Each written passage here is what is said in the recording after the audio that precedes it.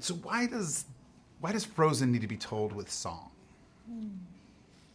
Well, I think song is best told. I mean, an emotional story, really anchored in characters and anchored in their struggles together, shines through song. And this is a relationship story about a family, and so I think it lends itself to that. How do you tell a Frozen story without snow? Well, you've got Elsa. So if you don't have snow in the landscape, she can create snow wherever you want it. And so we did it, in autumn this time. Can you describe the song Into the Unknown and what it brings to the film?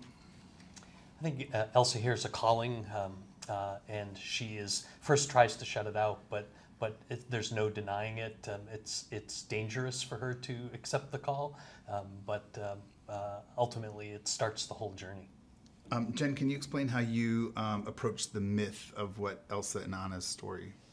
Yeah, in doing our research, we started reading a lot about mythic figures and how they are magical, and the world relies on them, that carry the weight of the world, and that sounded like Elsa. And of course, we know the fairy tale character who is not magical and who endures incredible struggles and perseveres, and that's Anna. And we realized we had a myth and a fairy tale running side by side, and putting the two in this with the sisters was just it just really felt like them. I like that, myth and fairy tale. Chris, change is a big theme for the film. How does change affect our characters?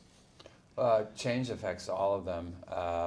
They have to dig really deep to a place that perhaps they've never been before to sort of survive these challenges that we throw at them, but they all come out so much stronger in the end. Hard-hitting one, Peter. Olaf is loved by so many. Why do we love him, and what happens to him in Frozen 2? Well, he brings a lot of comedy, obviously, but he also brings a lot of sincerity. Just like children, they can often be very profound in being straightforward in how they see the world, and I think we can relate to Olaf. His change is he also is growing up just like the others. So he's learned to read, and he's a great trivia buff. Sponge, soaking it all in. Jen, Kristen Bell and Idina Menzel have returned. What do they bring to these characters?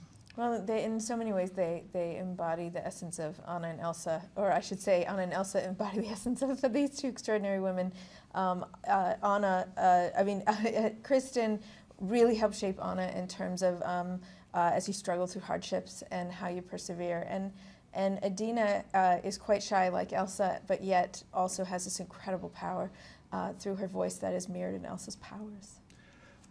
Peter, Josh Gad, and Jonathan Groff have returned. What do they bring to these characters? Well, I mean, they both couldn't be nicer to work with.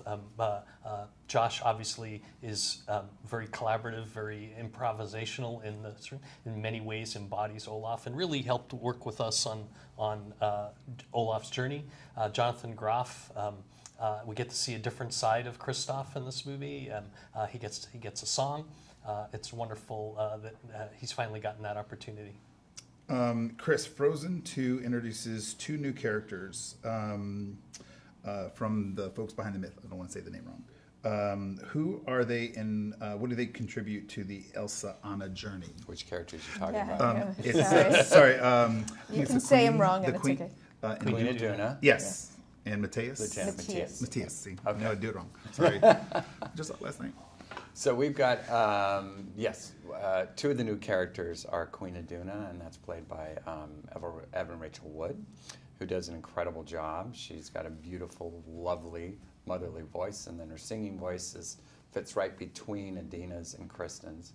And then we've got Sterling K. Brown, who plays Lieutenant Matthias. And Sterling's voice is so beautiful and so rich, and the acting is phenomenal. And he plays a wonderful character that really helps both of our women, but especially Anna. Last one. Jen, Frozen 2 continues to explore the power of sisterhood. Why is it so important to lean into that relationship?